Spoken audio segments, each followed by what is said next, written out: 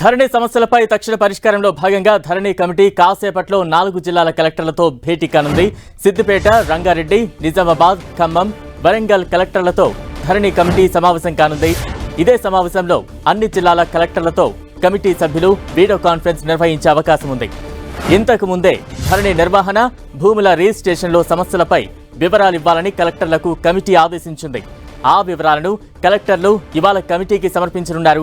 క్షేత్రస్థాయిలో భూ సమస్యలను ఎలా పరిష్కరించాలనే దానిపై కమిటీ ప్రణాళికలు రచిస్తోంది.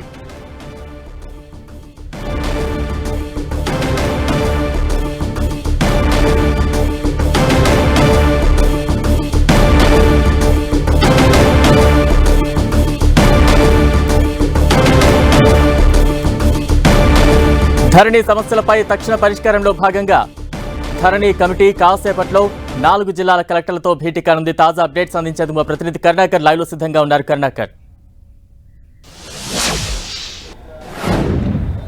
బలరాం, ప్రభుత్వం ధరణి సమస్యలపై అయితే కమిటీ వేసిందో కమిటీ 4వసారి సమావేశం కాబోతుంది. మరి కాసేపట్లో సచివాలయంలో మొత్తం 5 జిల్లాల కలెక్టర్లతో ప్రత్యేకంగా భేటీ కాబోతోంది. రంగారెడ్డి, నిజామాబాద్, సిద్దిపేట, వరంగల్, ఖమ్మం ఈ 5 జిల్లాల కలెక్టర్లకు ఇప్పటికే సమాచారం ఇచ్చారు. మరొక 5-10 నిమిషాల్లో సచివాలయం భేటీ ప్రారంభం కాబోతుంది. మనం చూసాం ఇప్పటికే 3 సార్లు ఈ ధరణి కమిటీ ప్రత్యేకంగా భేటీ అయింది. ధరణిలో అసలు సమస్యలు ఏమున్నాయి, ధరణిలో లోటుపాట్లు ఏమున్నాయి, ప్రధానంగా భూ మార్పిడి విషయంలో, భూ యజమాన్య హక్కుల విషయంలో ధరణిలో ఎటువంటి సమస్యలు తలెత్తుతున్నాయి, ఇప్పటివరకు ధరణిపై వచ్చిన ఫిర్యాదులన్నీ వాటిని ప్రభుత్వం ఇప్పటివరకు ఎంత మేర పరిష్కరించింది, ఎన్ని పెండింగ్లో, ఇటువంటి అంశాలపై పూర్తి స్థాయిలో ఇప్పటికే కొంతమేర అధ్యయనం చేసింది. అయితే క్షేత్రస్థాయిలో జిల్లాల విషయంలో, ముఖ్యంగా జిల్లాల్లో కలెక్టర్లు ఎటువంటి సమస్యలు ఎదుర్కొంటున్నారు, ధరణిపై కలెక్టర్లకు ఏమాత్రం అవగాహన ఉంది, కలెక్టర్లు ఎదుర్కొంటున్న సమస్యలు ఏంటి, ఇటువంటి అంశాలపై మొత్తం 5 జిల్లాల కలెక్టర్లతో ఈరోజు సమావేశం ప్రారంభం కాబోతుంది. ఈ సమావేశంలో కలెక్టర్లు ఎదుర్కొంటున్న సమస్యలు, ప్రధానంగా ధరణి మ్యాడ్యూల్లో ఎటువంటి సమస్యలు ఏర్పడుతున్నాయి, ఎందుకంటే ధరణి కమిటీ ఇప్పటికే 35 సమస్యలు ధరణిలో ప్రధానమైన సమస్యలు ఉన్నట్టు